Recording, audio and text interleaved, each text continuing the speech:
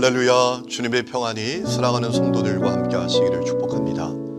1976년 노벨 경제학상을 수상했던 인물은 전 시카고 대학 교수였던 밀턴 프리드먼입니다. 그가 정부의 무능함을 꼬집기 위해서 만들어낸 우화가 있습니다. 제목이 샤워실의 바보입니다. 샤워실에 한 바보가 들어갔습니다.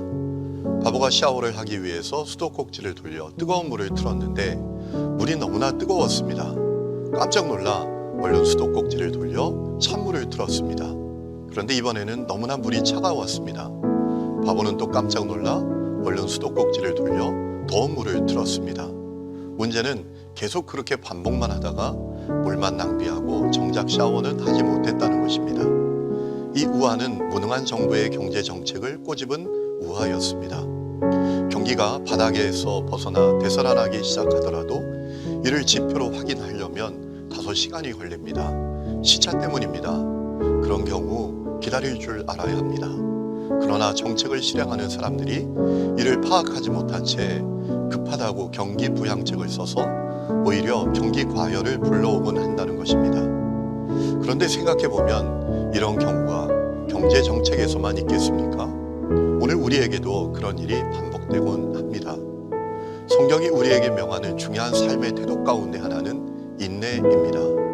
야고보서 1장 4절에 인내를 온전히 이루라. 이는 너희를 온전하고 구비하여 조금도 부족함이 없게 하려 함이라고 하셨습니다. 하나님께서는 당신의 사람들에게 인내를 요구하셨습니다. 해가 쨍쨍한 하늘 아래서 방주를 짓던 노아에게 인내를 요구하셨고, 나이 75세에 큰 민족의 약속을 받고 부름받은 아브라함에게 인내를 요구하셨습니다.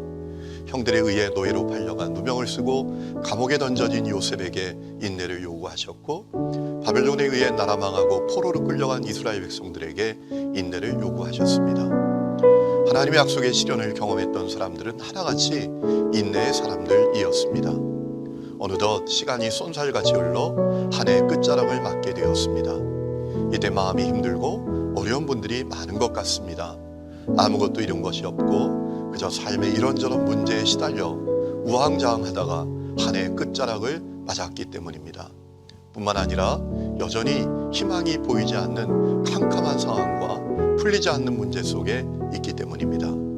오늘 주님께서 우리에게 원하시는 것은 그럼에도 불구하고 인내하는 것입니다.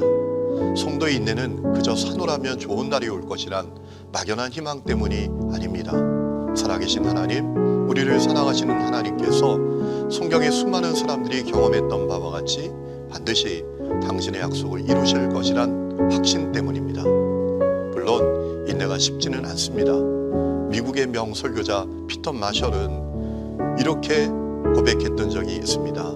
주님, 제게 오래 참음을 가르쳐 주소서. 때로 기다리는 것이 일하는 것보다 더 어렵기 때문입니다. 인내가 정말 쉽지는 않습니다. 그러나 더욱 인내해야 합니다. 강한 자가 이기는 것이 아니라 인내하는 자가 이깁니다. 히브리서 10장 36절에 너희에게 인내가 필요함은 너희가 하나님의 뜻을 행한 후에 약속을 받기 위함이라 라고 하셨습니다. 어려운 때 낙심하지 말고 인내하며 끝까지 승리하시길 축복합니다.